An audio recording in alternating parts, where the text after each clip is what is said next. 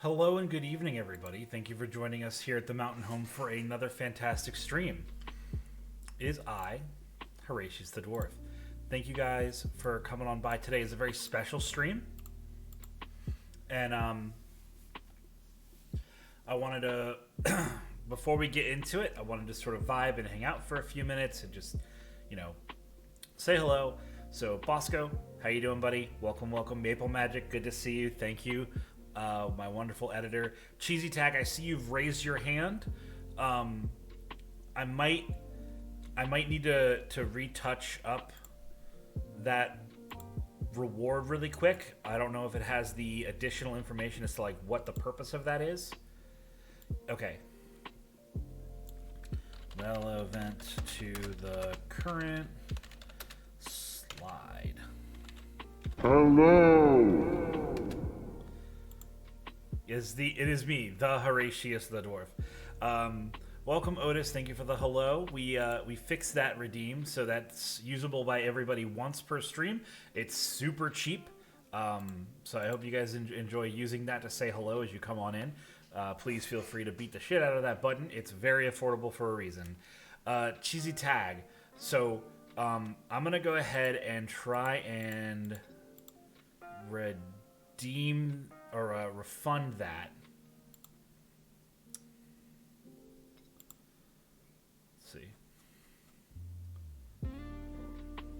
How do I do that? So anyway, so today is a very, very special stream. Today we are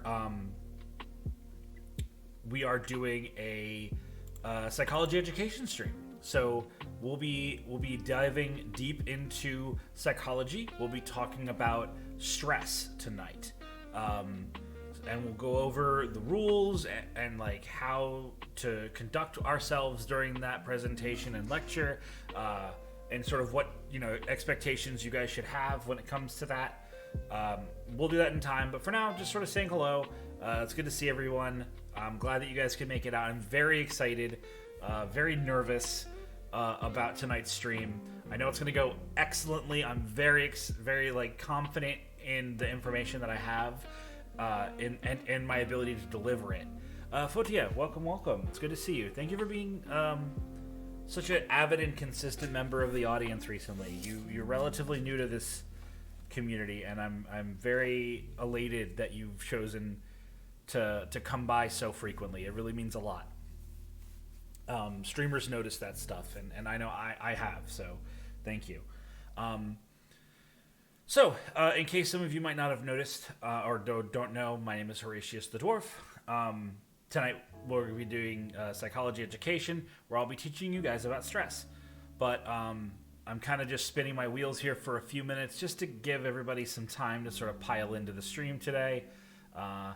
One thing that I'm trying to figure out the balance for is when to start the lecture. Because once we start, it's kind of like lightning out of the bottle. You gotta go with it. You gotta keep the flow running. You love chronic stress? We're gonna talk about chronic stress. We're gonna talk about all kinds of stress and stressors and so much cool stuff. I told myself to push the stream back to 8 p.m. tonight, so I could have enough time after I got out of work to come home, make sure that the presentation was in a state that I was proud of, that I was comfortable with, and then that I would have enough time to sort of decompress and relax and get into the headspace that I want to be in to stream and to put on this show. And I over budgeted basically. I've been ready for the stream to start for about an hour, maybe a little bit more, and I've been just sitting a buzz, just like waiting. So I've been like trying to occupy myself and like go and talk to Willow and like go fucking wash my face or just walk around the house or whatever. I've been trying to do all these sorts of little things to just keep myself busy so I don't focus on just how much I want to be like live already to do this show. So I'm very excited, very nervous a little bit, I'll be honest. But I'm very confident in what we're going to talk about today. I'm very comfortable in this subject matter, so I think it's going to be very beneficial to everybody who makes it to the show. This is the first actual lecture of this 12-month or 12-part series that I'm doing, where I talk about a psychology topic or a mental health topic. And last month in January, I did sort of an introductory segment. This is a little bit behind schedule. It's in March. Obviously, you guys know that. This was supposed to be February's topic, and then I was actually sort of planning to do this last Friday, and then I realized that Elden Ring was coming out that day, and two things happened. One, my From Software fanboy brain went burr, and I was like, I don't want to do anything that isn't playing Elden Ring on the day that Elden Ring comes out. And that's exactly what I did. I fucking woke up and played Elden Ring for 12 hours. It was awesome. But like, I knew that if I stuck to my original schedule to do this on last week's Friday, that it was going to suffer. That my ability to deliver this information was going to be subpar. The quality of the stream was going to be underwhelming, and I was like, I'm not going to do that. I'd rather push it back a week, do it right the first time, and not like immediately have hang-ups about it. Welcome, Easel Guy. How you doing? Otis the Can. Elden Ring takes priority over mental health. I mean, like, Elden Ring is mental health. No, jokes aside, I could talk about Elden Ring for literally fucking hours. At this point, I mean, I'm legitimately contemplating doing so. If you guys have been to the past couple of streams on Tuesday and Thursday, you know, that's literally all I've been doing is basically just flapping my lips about Elden Ring for, 4 hours at a time. But a couple of things. So we're going to be doing another psychology education stream in March to get back on schedule. So these are supposed to be once every 4 weeks or once every month. So to sort of bring that up to snuff, we're going to, get another one done in a few weeks from now, probably last week of March. And then try and pick up that slack in April to put it as the third Friday of April, and sort of try and keep these in the middle of the month. So if something does come up, I can push it back a week and still keep it on schedule. What are we learning about today? We're going to be learning about stress. I'll be teaching you guys a lot about stress. I'm trying my best to hold myself back from getting into that until we actually start the lecture, because once I start, I'm just gonna go. Psychology is something, and mental health in particular is something that I'm incredibly passionate about. So this is gonna be a lecture, but it's also gonna kind of fall into a bit of a ramble and rant in some ways and sometimes. Oh my goodness, I knew this was gonna happen, but hello. The greatest adventure is what lies ahead. Today and tomorrow are yet to be said. The chances, the changes are all yours to make. The mold of your life is in your hands to break. Welcome everybody. Moonbitch, thank you for the raid of your 10 people. I deeply appreciate that. Thank you for coming here. I am so honored that you guys want to come here and learn what I have to share. It's legitimately fucking empowering. I feel so strong. But Shove, the real Istvan, Moonbitch herself, Nobly Lou, welcome everybody. Nabi Lou. That's such a wholesome raid sound, isn't it? It's the opening bars of the Rankin and Bass Hobbit movie. It's a song called "The Greatest Adventure," and it's such a perfect soundbite in my opinion, because you guys coming here to the moon base. I almost straight up plugged this place as Moonbitch's channel. You guys coming here to the mountain home is you starting a new adventure. It's your time here at the mountain, and I intend it to be a good one. So I hope I earn your follows, or at the very least your attention. I hope you have a fantastic time here in Moonbitch. I am, again, deeply honored that you're willing to trust your audience here with me, and I will do my best to take good care of them and teach them everything that I can. Rock and stone! Nabi, Nabilu, thank you so much for the follow. And now that you're following, you're no longer just some random loiterer hanging outside my mountain home, but now a welcome guest in the mine. So come on in. So, in case Moonbitch, I don't know what she may have said about me before you all arrived, but I am Horatius the Dwarf. I'm an Vtuber, and when I'm not playing video games or discussing media that is Dwarven, I'm playing non-Dwarven video games and discussing non-Dwarven media as Dwarvenly as I possibly can. Also, I am a mental health professional by trade, so psychology and mental health are always welcome topics here. Please, the aisles are yours to hit me up and ask questions. I am a professional. I know what I'm talking about. I am educated on the topic. And tonight's stream is an example of how deep we can get when it comes to those topics here. So once a month, today is one of those, we do psychology education streams where I teach you guys about a psychological topic. And today's topic will be stress. But the real Esteban, thank you very much for the follow. You're also no longer a loiterer outside my mountain home, but now welcome guest in the mine. So, hands. So come on in. Is Minecraft a good game to play Dwarvenly? I suppose it's kind of intrinsically a Dwarven game in a lot of ways, isn't it? So I suppose yes. From the moon base to the mines, hell yeah. Reintro must have been exciting. Yeah, talking about coming all the way from the space. Also, that emote, Nabilu, is really cute. Sid Ivan, by the way. Gotcha.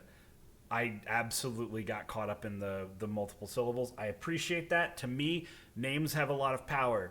I care that people pronounce my name correctly. It's literally my pinned tweet is a pronunciation video for the word Horatius. So I really do appreciate you correcting me on that. I hold that shit in high regard. I will do my best to say Sid Ivan from here on out. So, been pronouncing my own friend's username wrong. Oh my god. Yeah, you have. And it's okay. I forgive you. It's, you know what, honestly, I'm always fucking proud of people who, like, can say that they don't know something. I live my life that way. I'm like, I don't know. I don't know what that is. Like fucking tell me, because I want to know, but I don't. Original Hempstead, wait, welcome. I appreciate the tiny calzone. I fucking love calzones so much. It's kind of a problem. So we're gonna just fucking bullshit for, like, I don't know, 10 more minutes. Get a little closer to 8:20 or 8:15, because I want to give people a chance to show up before we start the presentation, because once the lecture starts, it's just, we're gonna go. So I don't want people to show up 10 minutes late and be like, shit, I don't know what's going on, I don't know, what are we talking about, how did we get here? I want people to try and be here from the beginning as much as they can. So I hope you guys are cool with just sort of, vibing and chatting for a few more minutes before we get things underway. I hope between me and the lo-fi, you guys are enjoying yourselves, and I am very, very excited to have you all here tonight. I've had this handle for 20 years and 90% of say it the way you do. Oh, goodness. So how's your guys' weeks been? Did you guys have a good Friday? I guess it was Is it actually Good Friday today? Because I know it was Ash Wednesday, which is like a holiday that some people care about. But I forget like all of the related holidays to Lent and stuff like that. I had an interesting week. I found out that I'm getting reassigned to another classroom in the school that I work in, which is frustrating. I've been working with this classroom for like 4 or 5 months almost, and I really thought that I was going to finish the fucking school year working in this classroom. Today was nice and the weekend's looking good. I'm glad to hear that, Otis. You're a good dude. You deserve that kind of, you deserve like good shit. From what I know of you, at least. I don't know. That's something that I've been saying a lot recently when it comes to talking to people. I say like, oh, well, in my experience, you're a pretty awesome person. And I feel weird throwing that caveat on, but like, shit. Thank you so much, Zero Sky. I can't believe it's been 6 months. Or sorry, that it's been 5 months. You're 1 month away from your silver beard. I'm excited for you. Thank you for the continued support, Zeros, guys. This shit really does mean a ton. Like, honestly. Really. But I'm glad that you could make it for today's stream. I'm very... I can't wait. Well, you're going to have to, because that's how time works, buddy. My week has had some ups and some downs. Today was okay. Was off today, so stayed home and played some Lotro. Oh, hell yeah. Speaking of Corey, how is that little Spectre doing, Zero? Alright. I've had a good 5-some sips of mead. Just enough to lubricate the ramblings tonight. Oh, really, Otis? You get your silver beard this week? Kick it. Oh, this month? Kick ass, dude. Ironically, it was a stressful day. Dealt with paperwork, had a migraine, and a social foobar. So, stressed. Yeah, that happens. Welcome, Leshy. It's good to see you at the mountain home again. Welcome, welcome, dear. Mead? Yes, I love mead. I love wine and mead and anything like that. It's kind of my fave. If I'm not drinking just like hard spirits, generally vodka when I can. I love a good vodka cranberry.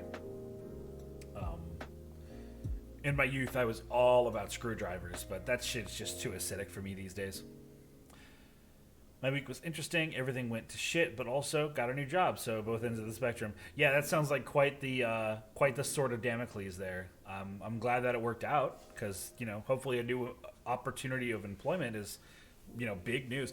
Speaking of which, we're going to talk about life events tonight when it comes to stress, so I'm excited. She's doing great. Just taking a break at the moment while working on stuff in the background. Her model's almost done, so her debut should be relatively soon. I don't remember what she decided on a date yet, yo. That's exciting. The model technically done, just got some artifacts of the textures, and it'll be done tomorrow. Oh, that's so good, man. I'm so excited for you guys. That's gonna be fucking badass. I'm sure it's gonna look fucking lovely. Corey is just such a good person. And being able to work with them like you do, I'm sure is like a very, very fulfilling situation to be in. But it's 8:15, and I think it's time that we get underway. You guys ready for this? Go ahead and turn the lo-fi down to just a whisper, because I don't want to talk over it too much, or feel like I'm talking over to it. So let's swap on over. Move that. Oddcog, you're excited for this? I'm excited for it too. I was talking about that earlier. All right. Hello, everybody. It's a lower fi. Yeah. So welcome to the Psychology 101 Lecture 1 Stress. My name is Horatius Silverstone, for those of you who never heard that before. I do not say my last name very often on stream, but I feel like it would only be appropriate for me to give my full name when I am posing as the professional that I am. Your streams are always super insightful and very excited. You should be. So we're going to get into it. So we're going to go over some rules. We're going to go over who I am and like why what I say here should be considered valuable and not just like some schmuck's opinion, which I suppose at the end of the day, some of this is just my opinion. But the overwhelming majority of what will be displayed tonight is fact. And objective, and you can like consider this like true knowledge that I'm trying to give you tonight. So let's get into it. So a couple of things. You may notice that in the channel point redemptions, there are very, very few of them available right now. Other than like hello, raise hand, and like a couple of, like highlighting message and shit. Like they're all turned off. So the reason for that is when we begin the stream, I will make it very clear that we're going to be starting the lecture, and from that point onwards, I will be interacting with chat very minimally. And that's going to be very weird for plenty of you who are longtime fans and longtime community members of the stream, because you guys know I love to interact with chat. It's literally one of the things that I am the most proud of when it comes to me as a content creator and as a streamer, is that I'm very, very avid when it comes to communicating and interacting with people that chat. So once we begin, I might read chat just to make sure no one's being an asshole or breaking the rules. But for the overall, once we start, I will not be answering questions from chat. I will not be interacting with you guys. I will be focused on delivering the information that I have in my hands and in my brain.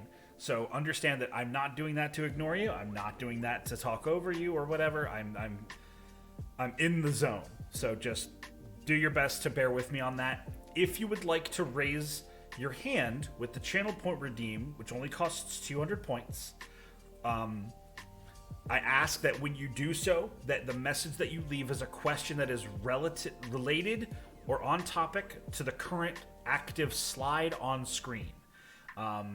There is a general Q&A at the end of the stream, so if you have questions that are, not relevant to the active screen or slide, I ask that maybe you write it down or you leave the message typed but not submitted until the Q&A section at the end of the lecture, because there will be a Q&A and they tend to be pretty beefy. So I anticipate that when we get to the Q&A, this stream is going to be nowhere near over, and we're gonna discuss openly and sort of talk about what we learned and discuss and shared tonight in depth. So hope that's groovy.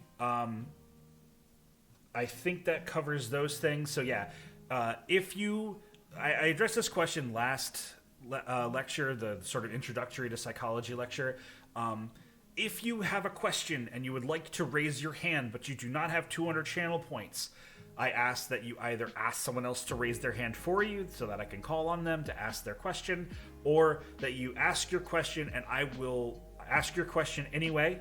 And I will look at it probably, and if I read it and I deduce that it's a good question that's I shouldn't say a good question, but if it's a question that's relative and on topic, or relevant and on topic to the current talking points and the current slide, then I will deviate and address your question. Otherwise, I'm not targeting you, I'm not ignoring you, I'm just staying on target. In addition, I will be probably not saying hello and welcome to everyone who follows and joins during the lecture. But T-Bot, welcome. Thank you for coming onto the Mountain Home. I'm Horatius the Dwarf. We're going to be talking about stress tonight, so I hope you guys enjoy this. My Friday night in my 20s. Let's party. Friday night in my 40s. Attending stress management lecture hosted by a dwarf. Hell yeah. Paragaming evening. Welcome, Perry. It's so good to see you. Thanks for coming on by. So, who am I? Again, my name is Horatius the Dwarf. As I've introduced myself already, I am Horatius Silverstone.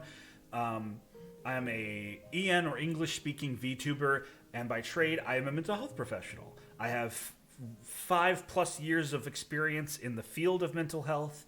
I'm currently employed as a behavioral aid to children in an educational setting. So, simply put, I work with not exclusively, but generally autistic children in a school. I facilitate them through their academic process. I help them with behavior management. I help them, learn social skills and like how to communicate effectively with the people around them, whether it be other adults in the building or other students in the classroom, etc. It's really a very intimate and multifaceted position, and I swore up and down all throughout my college years that I would never work with children, and literally almost all of my fucking 5 years of field experience are working with children. So, but like, I find it incredibly rewarding. I love what I do. It makes me so filled with purpose. That like classic adage of, love your job and you'll never work a day in your life bullshit. Well, it's very real, and like, I've only been working in the current job that I've been working in since July of last year, and I can only think of like 2 days I ever woke up and was like, I don't want to go to job. I don't want to go to work today.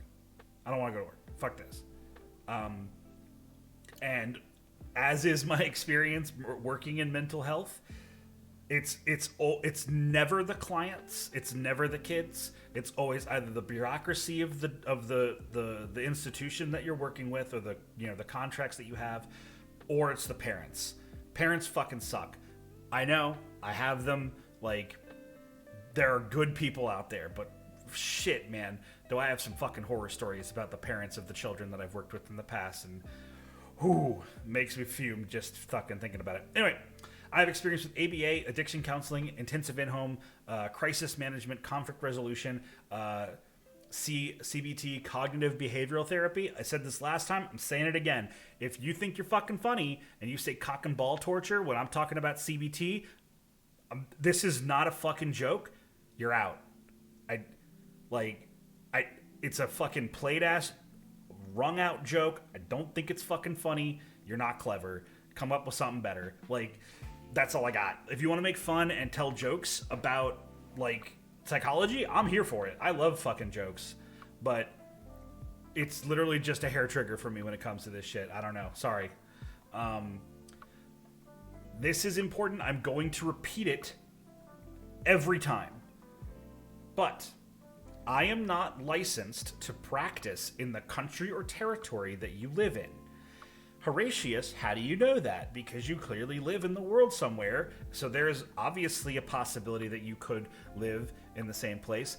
That is correct, random viewer. Your question is very well founded. However, it is my ethical choice to assume that I do not have jurisdiction to practice my profession with you, on you, around you, because I do not know where you live. I'm not asking to know where you live. You don't know where I live. I'm not going to fucking tell you. It's just sort of me covering my ass and staying in good ethics. So even though, actually, I think we can talk about this. So, our goals here. What are the purpose of these streams? Why are we doing this? Why do I think this is so important that I want to do it? The purpose of these streams are to raise awareness of mental health in the streaming community. I think that the overwhelming majority of the users of this website are younger people. Like, that's just facts. The overwhelming majority of users on Twitch are relatively young, like in their teens or, you know, early adulthood, in their late teens and early 20s. I don't begrudge them for that, and I'm obviously not trying to say that they're, you know, less valid or anything. But that demographic of people does not have a very solid understanding generally, and other demographics suffer this way as well, do not have a very solid understanding of mental health. And so one of the things that I can do that I can see very, very few other streamers capable or willing to do is take my knowledge, my awareness of psychology and mental health, and share that with other people in the interest and the hope that it improves the quality of other people's lives. I earnestly, very strongly think that the things that I'm going to be teaching over the course of this year to you all in these lectures will improve the quality of your life should you take this knowledge and apply it to your own personal life experiences. I honestly think that there's a lot of potential for you there. If I didn't, I wouldn't waste your fucking time. That's just the kind of guy I am. So this is also to educate people on the basics of psychology. Most professions, I'd say almost all professions in this existence that we know, if you understood them, would improve the quality of your life. Absolutely. Even something that you might not consider terribly valuable, like, you know, maybe like a more traditional labor-based skill set.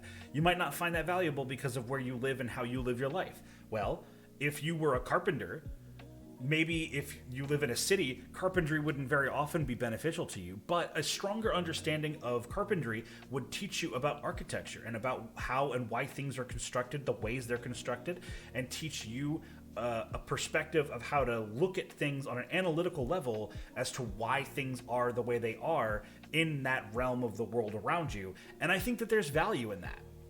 In that same vein, I think that psychology is very prevalent. It affects us in almost every single facet of our life.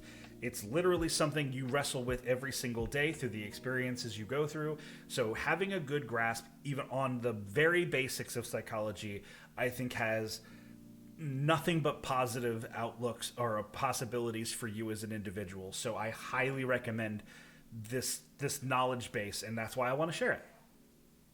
Also, this is to entertain. Make no mistake, at the end of the day, I'm an entertainer here on this platform. I'm here to entertain and have fun with you guys. Just because this is a lecture, just because I call it a lecture, and this is, you know, supposed to be for the purpose of teaching people, it is still entertainment. Like I'm here to put on a show. I'm here to broadcast, as some people might call it, Cabal. So I want this to be more than just a boring lecture. And part of that, and the reason why I feel that way, comes from the fact that it's like ingrained in psychology. If you have experiences where new knowledge is coming to your ears and it's enjoyable, that helps bury its roots into your brain and stay there. It helps you solidify that knowledge into your long-term memory, and we're going to talk about memory, make no mistake. And it makes it more a part of you in the long run. Edutainment, exactly. Also, before I forget, Grunkle Dan, welcome. Thank you for the follow. And now that you're following, you're no longer a random loiterer outside the mountain home, but now welcome guest in the mine. Fucking-claimer. I'm going to read this word by word. Take what you hear and read here and improvise it. While much of what I will be sharing is fact, it will be slathered in my own opinion and my biases. This is to cover my ethics and not to do unjust harm to people in my efforts here. Again, the purpose of this stream and the streams that will be like it in the future are to improve the quality of the life of the people who listen and participate in it. I'm here to help. That is my entire goal at the end of the day, is to help you guys live a better life. So understanding that, do not walk away from these lectures being like, oh, what Horatius said is inarguable fact. I will wield this weapon like a sword and I will slash ignorance as it appears before me. Don't do that. Don't do that with any information you get, and don't do it with mine. Take it, think about it, internalize it, consider it. Find the parts that work for you, take the parts that don't, and make them work for you. Because everything that anybody does and says and shares with you will be affected by what they bring to the table. It is, in my humble opinion, nearly impossible to deliver objective truths. Because no matter who you are or what you're trying to say, part of you is going to ingrain itself and inject itself into your delivery. Why you're telling what you're telling, it's all part of it. So just, I ask you, I trust you as adults, or at least mature people, to take what you learned tonight and make it work for you. Thank you. So, before we begin, let me fix that. Before we begin, allow me to formally say right now, as of this moment, the lecture is going to begin. If you guys have any last second things that you'd like to say, or any like flashy last second questions, now's the time. I'm going to take a sip of water, a sip of mead, a couple of deep breaths, and then I'm going to get into it.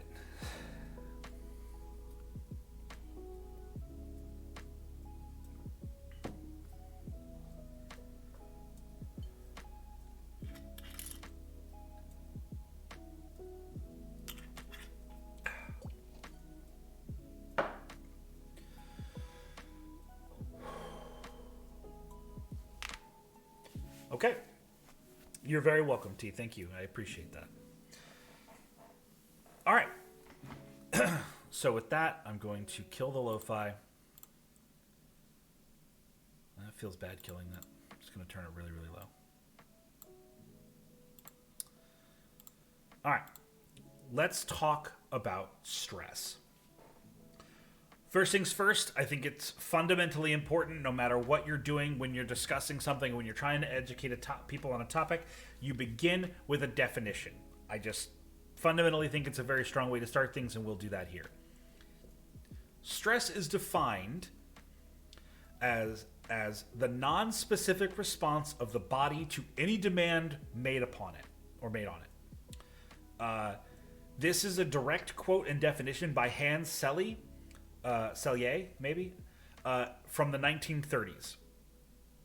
This Hans is a German psychologist. We're going to talk about Germany for a few minutes. I mentioned this factoid in the first lecture over a month ago, but I think it bears repeating.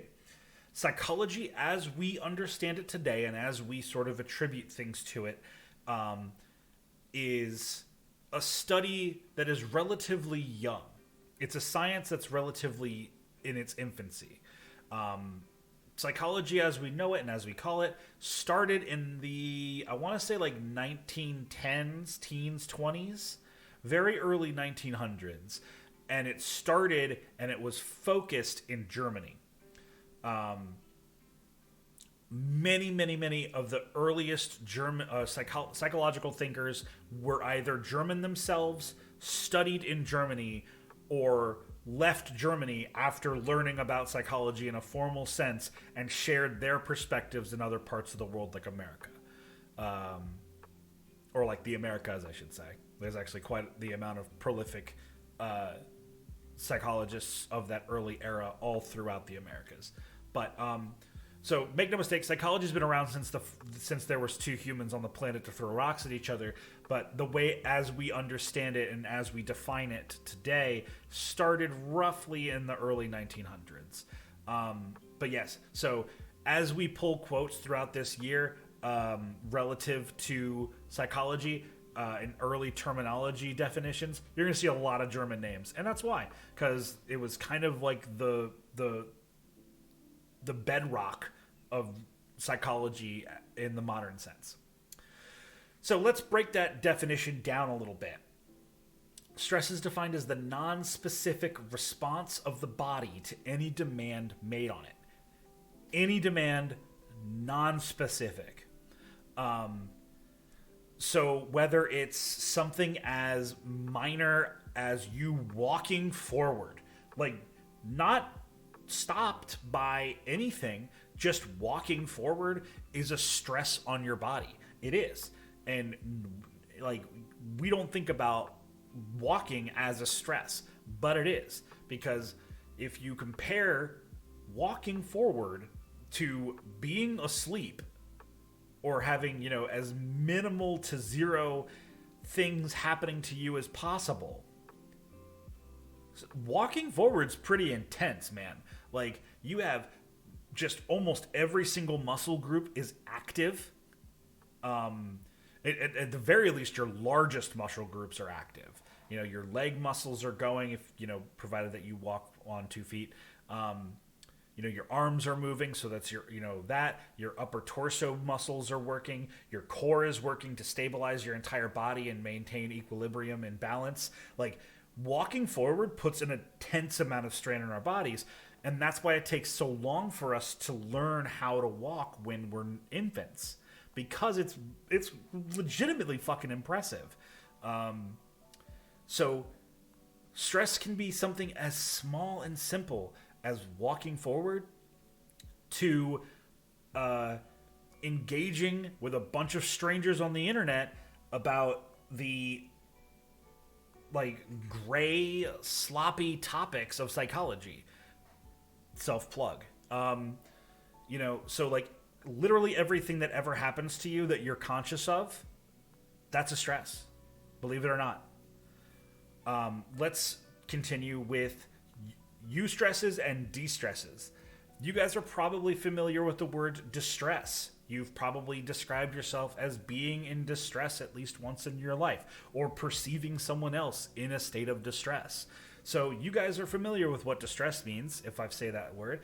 But formally, distress is bad stress. It is unpleasant, it's threatening, it's scary, it's harmful, it's stress in a quantity that you can't manage, it's stress in a flavor that you struggle to cope with. It's all of those things. Eustresses are generally what we refer to as good stress, or stimuli that arouses and motivates us.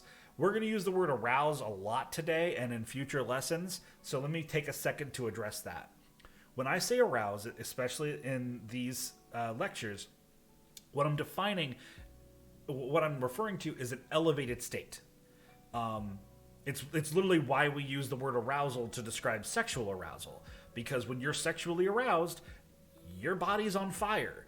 Like, your sexual organs are fucking like requesting resources to do what they gotta do. Your body's like temperature goes up, your heart rate goes up.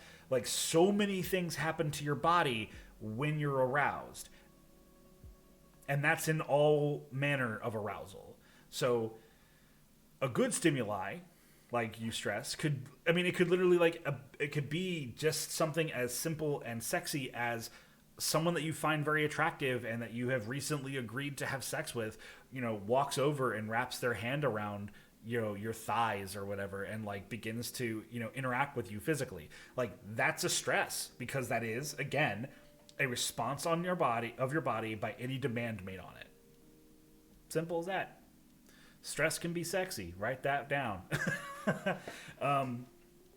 So the big takeaway about eustresses and de-stresses is that all stressors can be either of these, both of these at the same time. And at the drop of a hat. Let's look at the 7 major categories of stressors, shall we? We have life changes, chronic, job, hassles, frustration, conflict, cataclysmic, and I'll take a second to describe each of these in a moment. But let's go with life changes first, not only because it's the one that's listed there, but I also think it's probably the easiest one to define. Life changes are major events.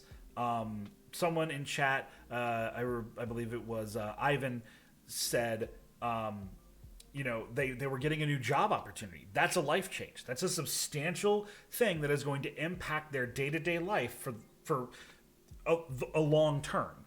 Even if that long term is only a couple of weeks or a couple of years, that is a notable life change. That is a major stress.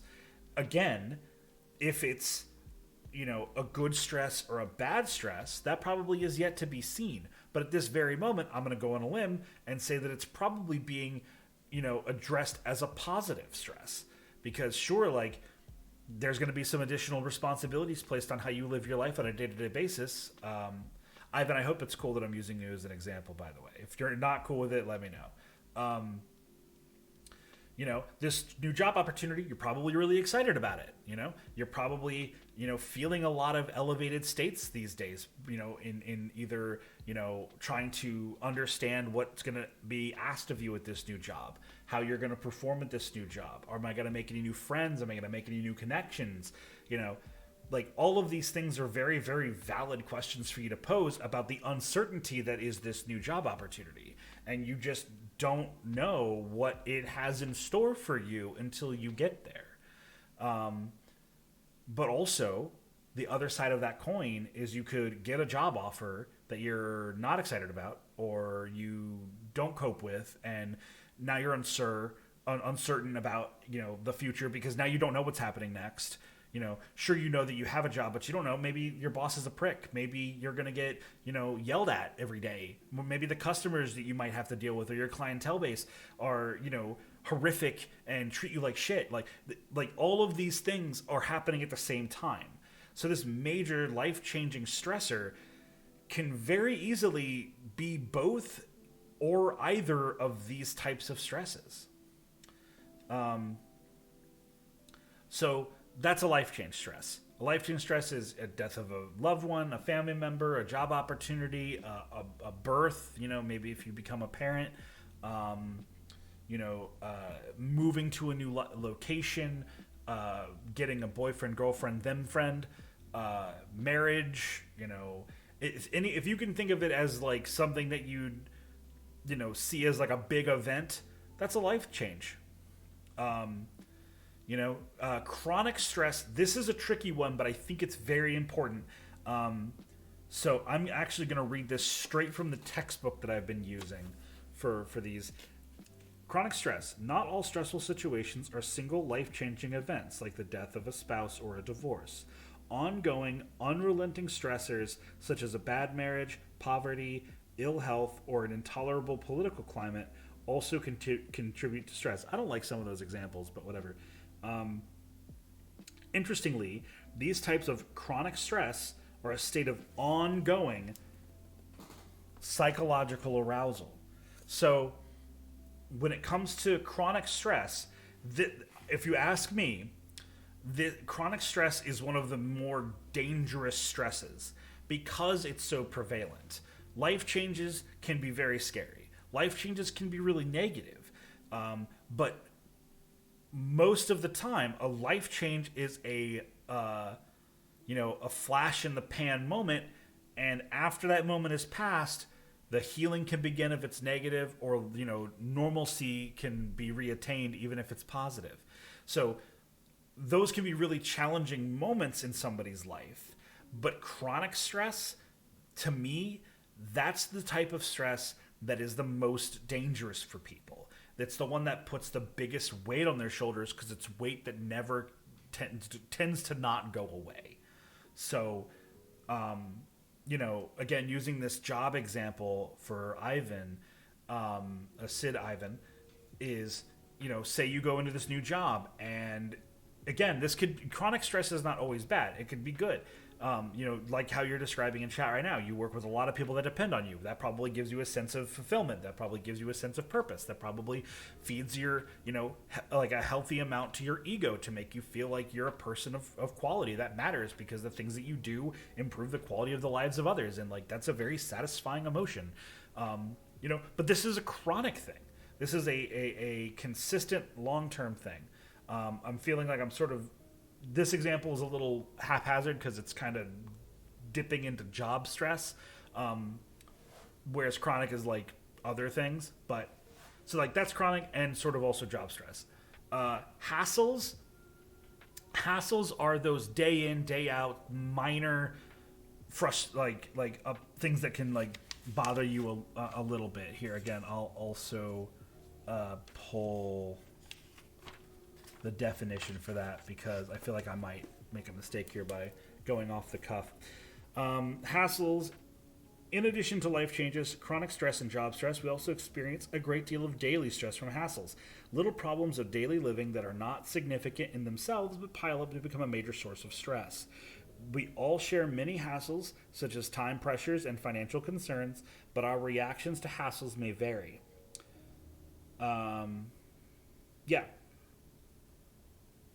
Let's see. Yeah, so hassles are one of those are very similar to chronic stress, chronic stressors, in that they are very, very, they're kind of always around you. You're kind of always bump into stressors, hassles. Sorry, you're gonna always bump into hassles. They're always gonna like sort of fuss with your day and throw you off. These are similar to life changes in that they are like flash in the pan moments, but they're bummers,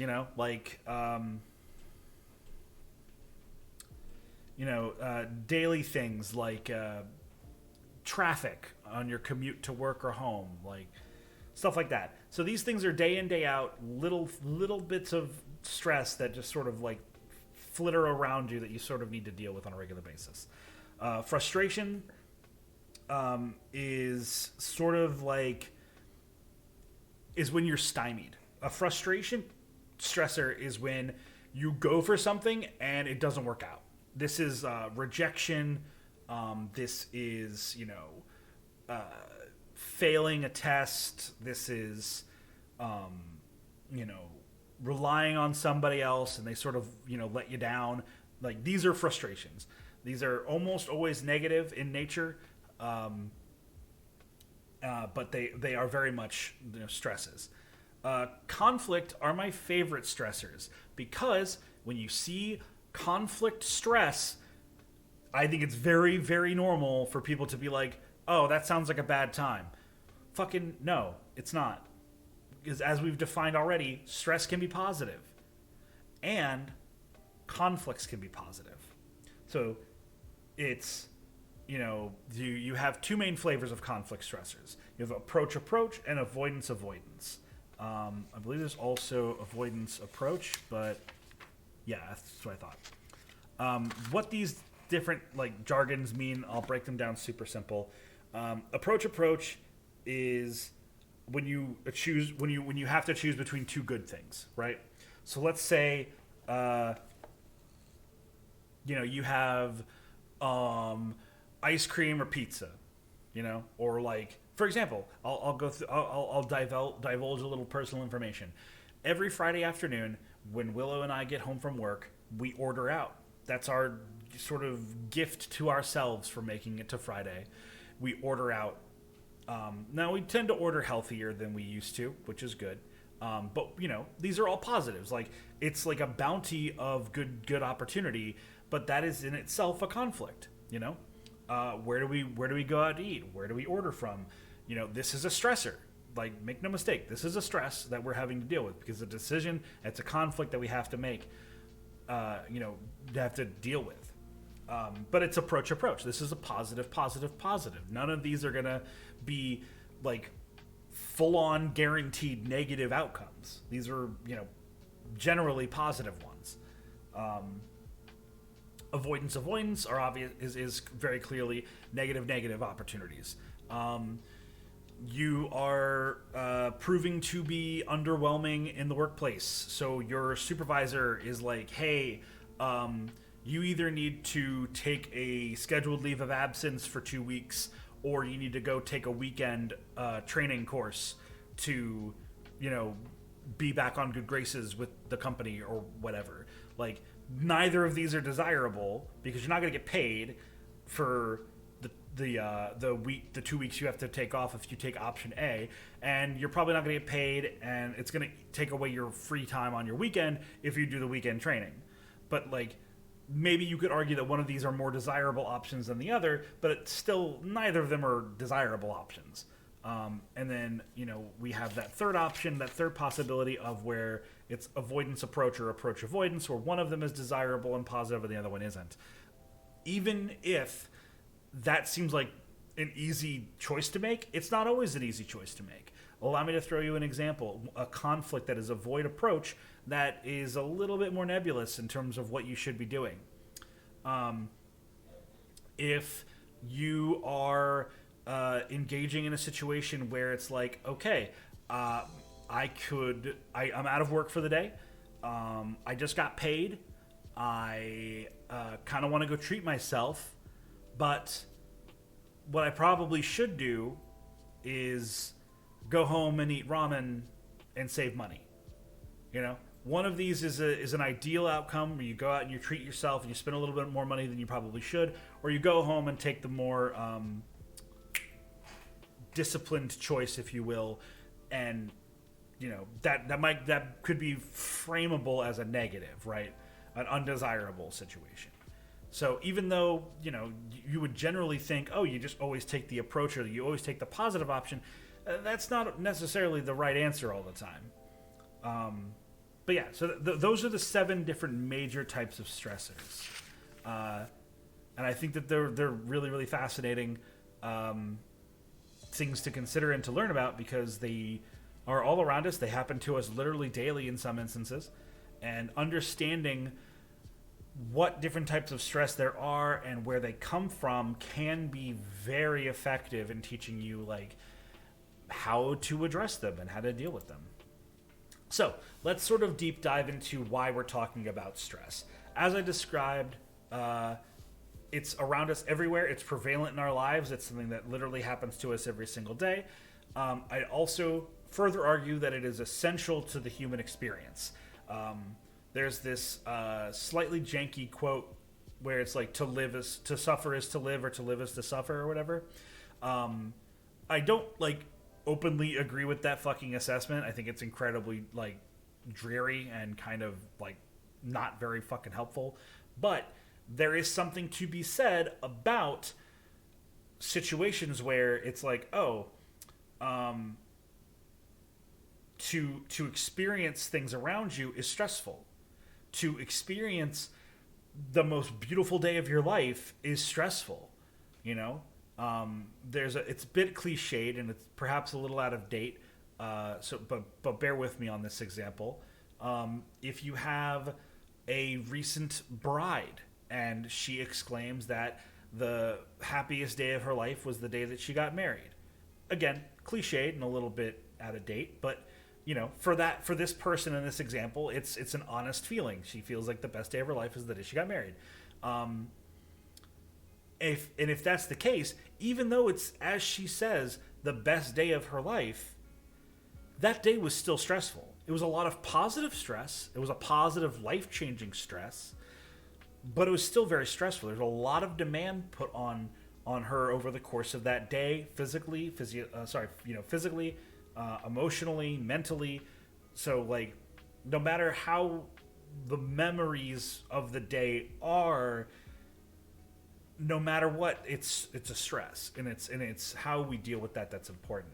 So I argue that understanding stress is essentially a life skill. It's a survival skill.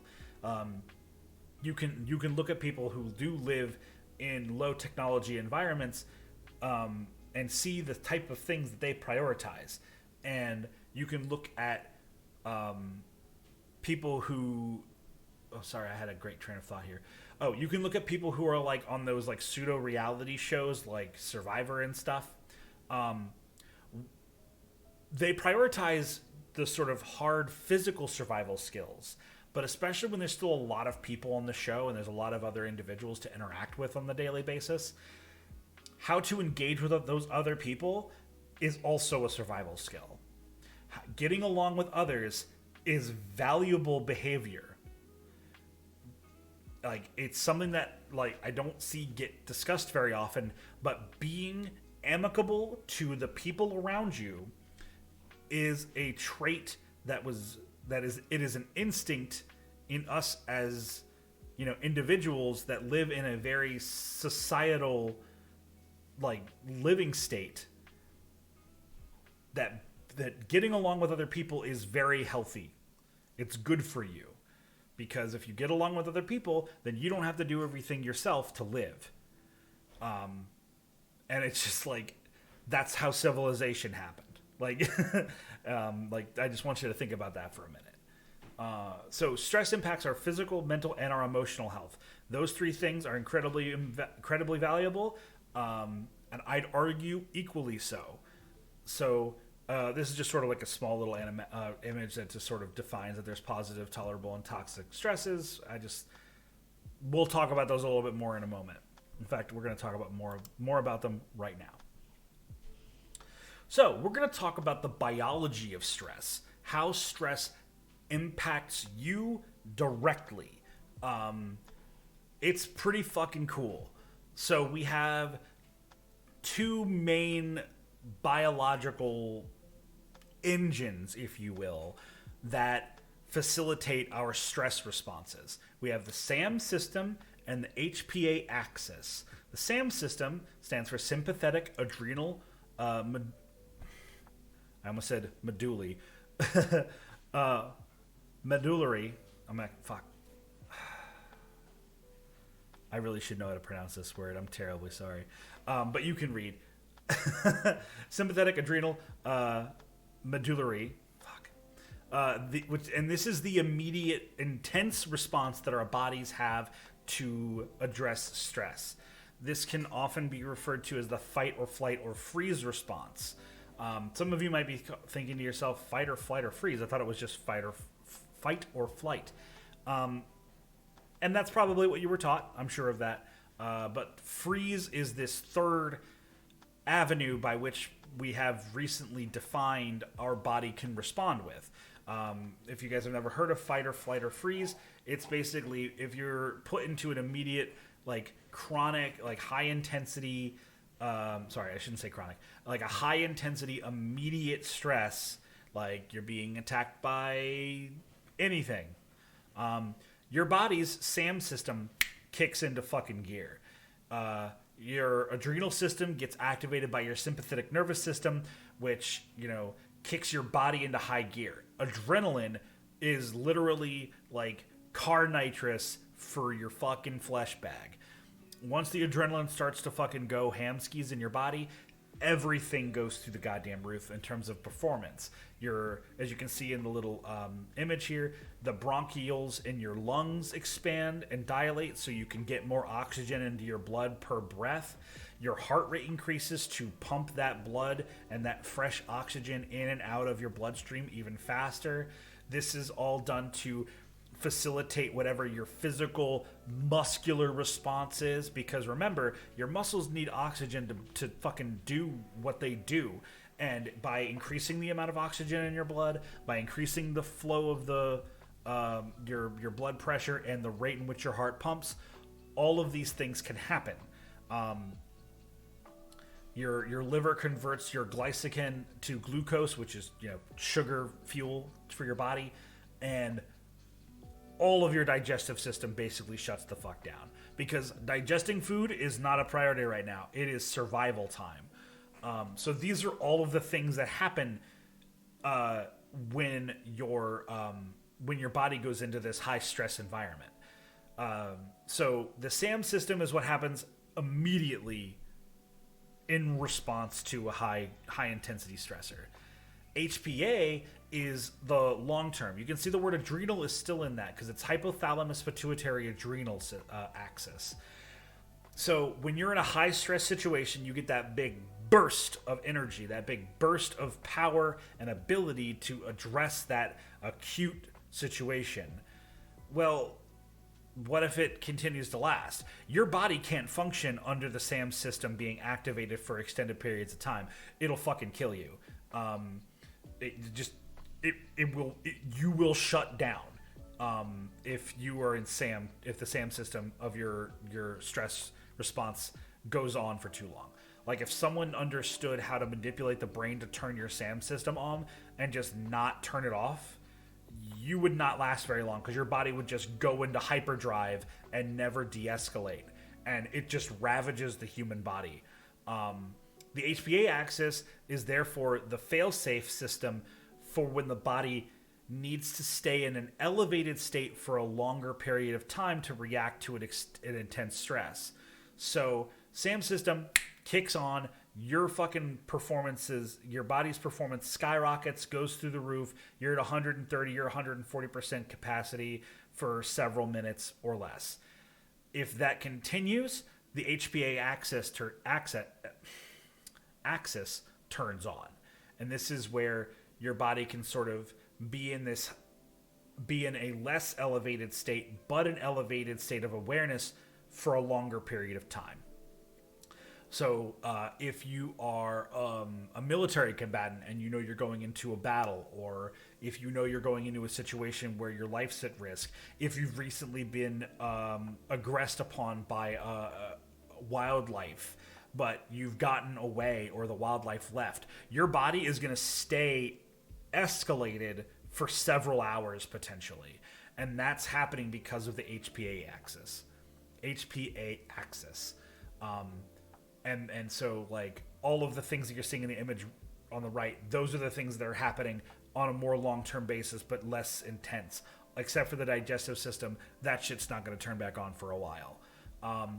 Now, what is going to be happening constantly is your brain is going to be repeatedly, moment to moment, reassessing the situation. And if at any point your awareness and your consciousness detects that the danger is over and that the stress has subsided, homeostasis is what your body will aim to achieve. So this is the neutral or the natural state of your body that happens post-stress. If you've ever been in one of these particularly life or death situations that you might be able to recall, and you had that incredibly high level of bodily performance, it sort of subsided a little bit, but you still kind of were super alert and active and didn't want to sit still. You weren't hungry and you were still just ready to go for a little while. Afterwards, you get fucking drained. Absolutely drained. These bodily mechanics fucking kick your ass. And that's on purpose. You can only take so much from what's not there. So after these systems shut down and your body's attempting to re-enter a normal homeostasis state, your body goes, hey, we haven't eaten in 4 hours. We asked for a day's work of power in 4 hours. You need to put food in us now. And your body will literally start to just devour your fat stock or your protein stock in your body if you don't immediately begin to feed it the resources that it needs to recuperate. So if you've ever felt, it's kind of after you go exercising, if you guys are active exercisers, after you exercise, have you noticed that your body gets incredibly fucking hungry, especially if you're like just getting into an exercise regimen, and it's not like a consistent norm for your body to be elevated like that for extended periods of time? That's because your body is like, we burned adrenaline to get through that, and we're struggling. We need fuel now. So that's the biology of how stress affects your body. So now we're going to talk about how we, as a consciousness, address stress. So stress happens in a couple of stages. We have cognitive appraisal. This is where our senses that understand the world around us sort of go, okay, spider just jumped onto my hand. I'm looking at it. I'm going, oh, something landed on my hand. I'm going to look at it. Oh, that's a spider on my hand. I'm freaking out about that. That happens in 2 steps, because you are aware of something and then you understand it. So that's the primary, and then the secondary appraisals. These are then followed by coping. So let's stick with this fucking skeleton. Let's stick with this spider on the hand example. Spider lands on your hand. You look down as your body responds to the stimuli. That's the primary appraisal.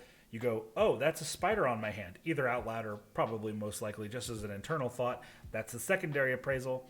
And then you cope emotionally and in a problem-focused methods. You emotionally cope by going, spider, I'm freaking out, or whatever. I don't know. And then you problem focus cope by winging your hand across the room, hoping to fling the spider off of you, or however you physically respond to that stress.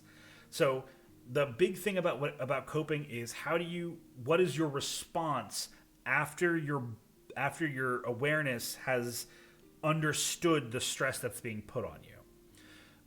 Another simple example, let's go back a ways. You're walking forward, right? Not a big deal. You've done this your entire life. You're actually pretty fucking awesome at walking forward, but you step on a nail. Shit. The pain sensors in your foot shoot up your body. You immediately become aware that something has gone wrong. You look down, you fall to the ground, whatever, and assess, oh, I have stepped on a nail and it has punctured my foot flesh, and golly gee willikers, that hurts a lot. And then you cope with that appraisal by screaming in pain, by taking deep breaths or breathing rapidly, or trying to pull the nail out, or seeking medical attention. Like, all of these things are ways that you are coping with the stress. So let's talk a little bit less simplistic and a little bit more honest when it comes to how we can cope with stress that happens to us. The little image right here is just some very simple but very, very healthy ways of dealing with stress. We have, in the long term, of exercising regularly, eating well, which is vague and unspecific, but practicing mindfulness, again, also a little bit unspecific. We'll get into it later. Practice relaxation techniques. In the short term, we have take a walk, practice deep breathing, using aromatherapy, get a hug from a loved one. The power of a hug is fucking legendary, guys. Don't fucking sleep on hugs. Relationships, you can remove external stressors, get to the root of a problem, same time for yourself to introspect and to look onto your own. Improve your communication skills. Can't overstate the power of that shit either. Work stress, understand the expectations, avoid multitasking if it's becoming overwhelming. Minimize the conflict so you can handle the smaller bite-sized chunks of stress, and do whatever you can to get physically comfortable. When you're home, express yourself. Practice introspection. Make sure you have your own space. CGP Gray, I think his name is, on YouTube, had an awesome video a couple years back about your spaceship, where in quarantine times in particular, or just for anybody who's kind of a shut-in or just like lives at home a lot, having your home compartmentalized into different locations is so goddamn powerful as a coping skill. I cannot tell you how I watched my beloved wife Willow learn this lesson firsthand as she taught in school at home and hated it, not because she didn't think she couldn't do her job well in that regard or whatever. There was a lot of reasons, but one of the big ones was going, oh, when I leave work, I don't physically go anywhere else. I'm still in my office. I'm still on my laptop. Like, I'm doing things that I want to do instead of things that I have to do. But I'm literally in the same location doing the exact same thing on like a meta level. And that's rough. That can really fuck you up. So we talked about a lot of those things. Let's deep dive into some of these coping methods, shall we? There is humor is an amazing coping skill. Relaxation is super valuable. We have control, such as understanding what you can and what you can't control. That can be a very impactful coping skill for people. Health and exercise. I hope that this is clear. After discussing the biological aspect of stress and how it impacts people, but doing things with your body in an intense way and healthy way is so impactful on helping you build up the ability to address stressors on a daily basis. I genuinely cannot overstate how important that is. Positive outlooks and perspectives. This is a simple thing, but literally just fucking smiling. Smiling releases a series of reactions in your brain that can, to some degree, manipulate yourself into a more positive situation. There's literally billions of fucking coping skills out there. So I'm going to lay out a couple of simple ones, and you guys can ask questions in the Q&A section coming up about some specific ones, or if you have coping skills that you'd like to share, I would genuinely like to hear them, and we can talk about them a little bit more intimately if you'd care to. This one is the one I always start with when I talk about coping skills. It sounds honestly super cheesy, but I cannot stress enough how actually real this is and how much it matters. Deep breathing. I don't care if you're self-conscious about being heard while you breathe. I don't care if you think it's juvenile. I don't care if you think that someone telling you to take a moment and do some deep breaths sounds condescending or belittling. It is fucking fact that by taking multiple deep breaths in a row, slowly and steadily, it can normalize your heart rate, normalize your mood, calm you down when you're upset, and bring you up to snuff when you're sad and feeling depressive. Normalizing your physical body with repeated, methodical breathing is legitimately one of the simplest, most effective methods that you can do to cope with stress. Genuinely. So that's a big one. Having an outlet, creative or otherwise, for you to ply your stress is huge. If, for example, for years in my early, when I was a younger man, I'll say, when I was a younger man, I had a stump in the backyard that I would chop firewood on. And I cannot tell you how often I would come home from wherever I was, stressed, pissed off, upset, whatever, and I would just chop firewood for 25 minutes.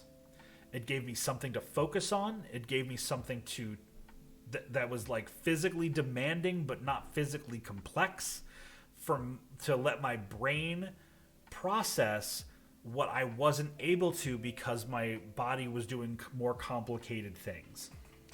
Having a simple menial task at hand is a fucking lifesaver and a very valid coping skill.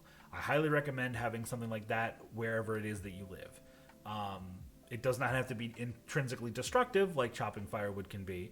And it doesn't have to be as dangerous as wood chopping can be. But literally anything. I mean, fidget toys are fucking amazing for this. Anything. Sewing, stitching, like, think of a creative output, like, activity, and it's going to go really, really far in terms of helping you with that. Miniature painting, yeah, it's a great example. Okay, so this is where we're going to be coming to the end of the lecture section of today's stream, but let's talk about the future of these streams while we're wrapping this part up. The second stream in March will be parasocial relationships. I forgot to change this part. Ignore that. So, in the next psychology lecture, we will be talking about parasocial relationships.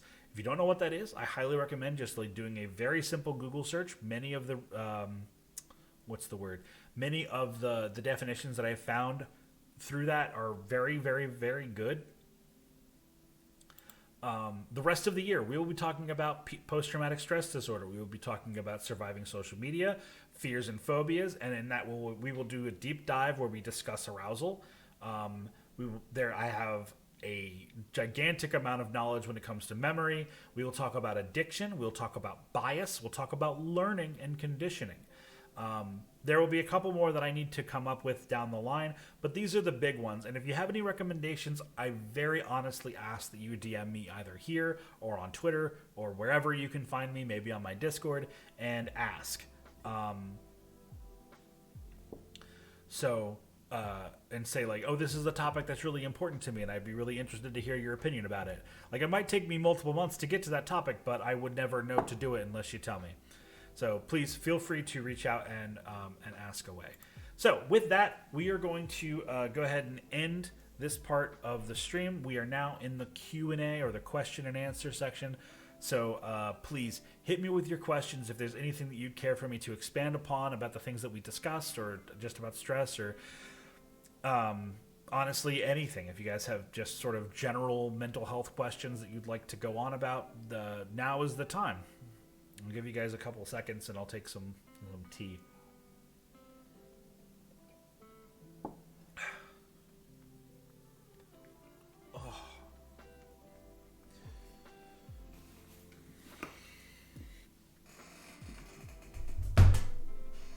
Sorry about that. Just dropped my textbook on the ground. That was a great lecture. Thank you very much. I'm glad that you enjoyed it, Oddcog. I had a really, really fun time doing it.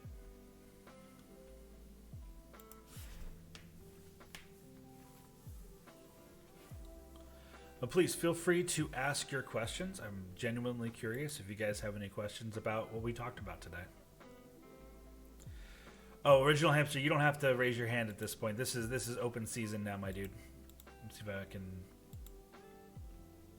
manage requests. Here we go.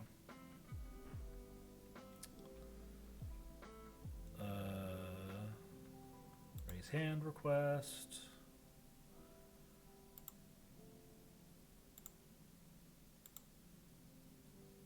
There we go.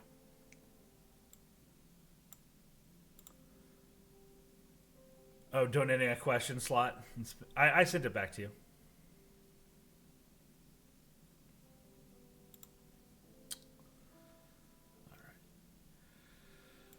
Groovy. Well, I do genuinely appreciate you guys coming out and enjoying the show.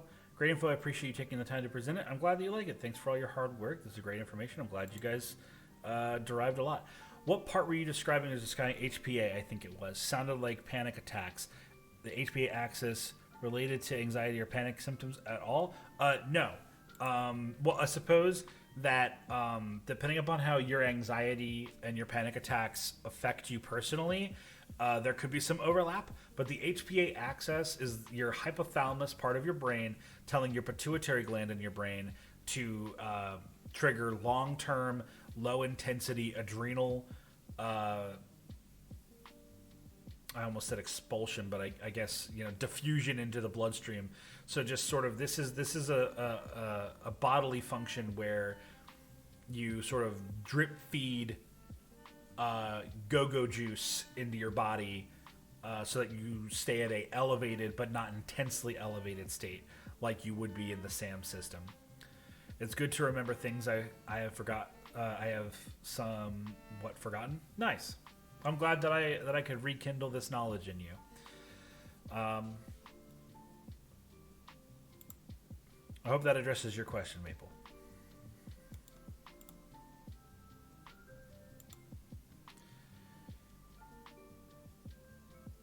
Do you guys have any other questions for me?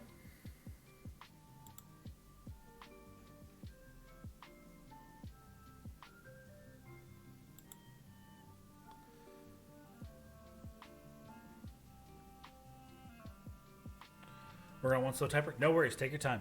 This is the time and place to. Does dark rooms help with stress? So, Fotia, there's a whole train of thought on that where there's a train of thought where people say that reducing the amount of stimuli or stress can be very beneficial to how someone addresses those things. So, at the end of the day, while there's, in my opinion, there are some coping skills that are fundamentally beneficial to people, like deep breathing and such, reducing the amount of stimuli that's going on to you at a time can be very beneficial, I would say. So, this is sort of addressing the weighted blanket question as well. Dark rooms, weighted blankets, anything that is a sensory deprivation tool can be beneficial when it comes to handling stress.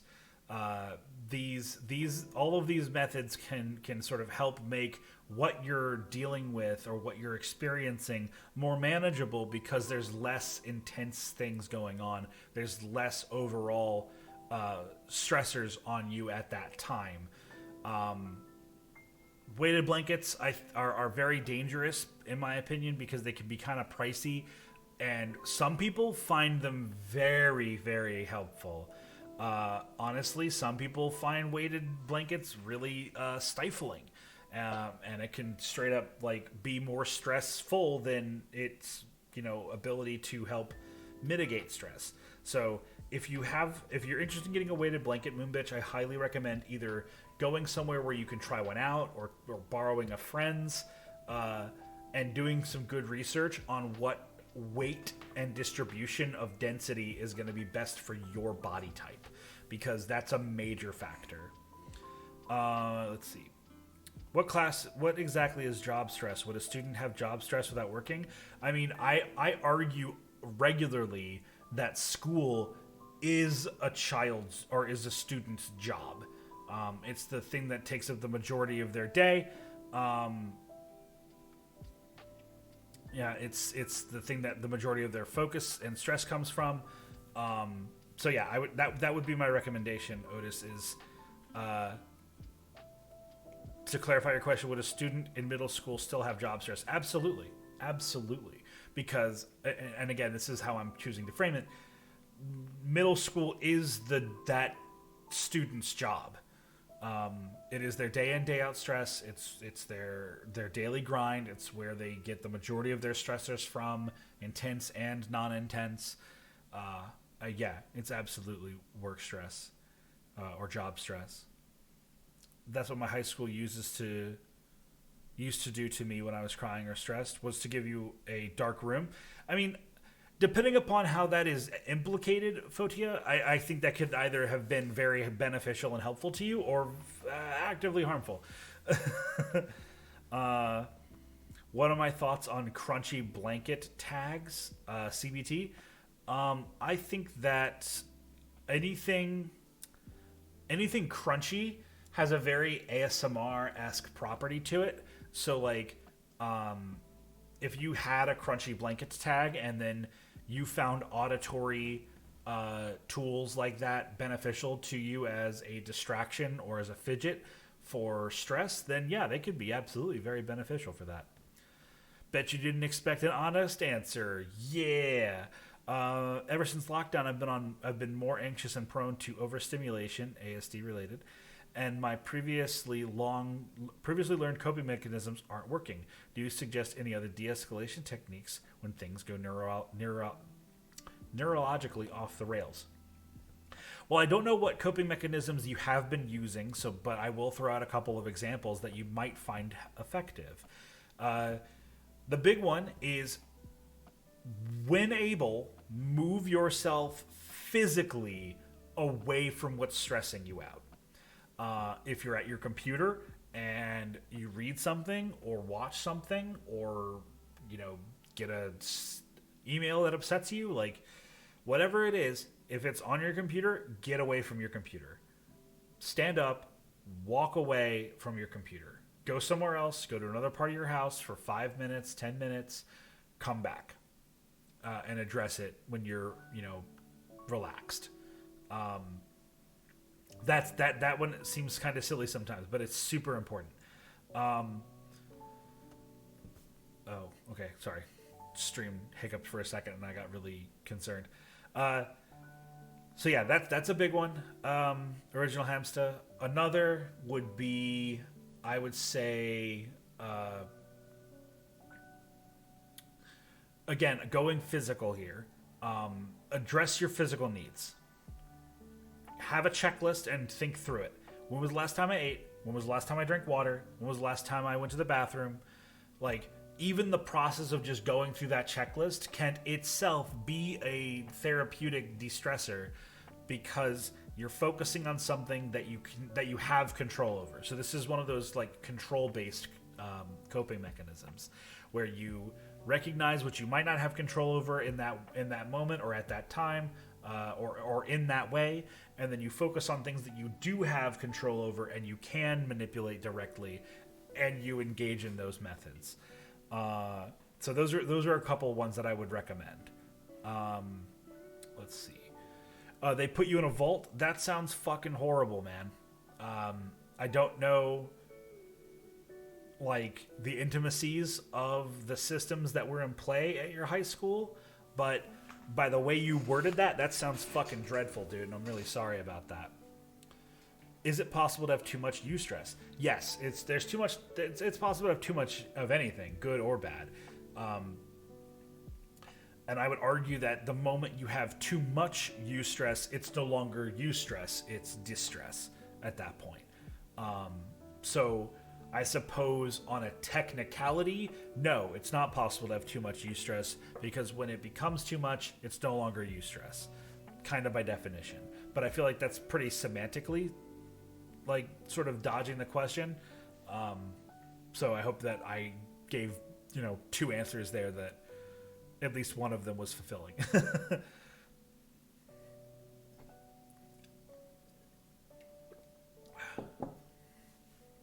That went really well. I don't know. I hope you guys enjoyed that. I had a lot of fun doing that, and I didn't like run out of tempo or rhythm throughout all that. That was very satisfying to do. Hell yeah. Maple, can we when we take some time, can you wanted to talk to me yesterday, so make sure that you reach out after the stream. It's very insightful. Thank you. You're very welcome. You're very welcome. All right, so I'm going to give you guys like another 30 seconds to throw any last minute questions. I want to give you guys that opportunity to get those questions out. And if you have a question that you don't want to share publicly, please feel free to pose them to me directly in a DM, either here or on Twitter or on my Discord. All of the links for those social media platforms are in below the stream, so please give a consider. And if any of you aren't following the channel, I hope that I have earned a follow from you. I don't ask for subscriptions and I don't ask for donations, but I do ask for follows. That's a metric I do care about. So I hope you can you find it desirable to drop a follow if you're not already following. And I think I'm going to drop you guys off at Ellie and Booster tonight because I fucking love those people.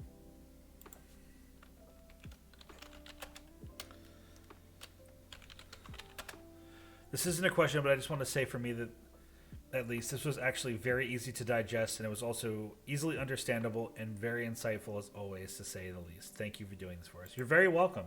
I'm very honored that you guys enjoyed your time here and that you got something out of this this stream. I hope that you guys enjoyed your time, and I look forward to having you at the next one down the line. Ellie and Booster are a wonderful VTuber couple. I absolutely adore these fucking nerds. It looks like Booster is by himself playing some Spider-Man 2. He's a bit of a curmudgeon, and I can consider him a kindred spirit for that reason. Go ahead and hit him with Psychology Dwarf Raid.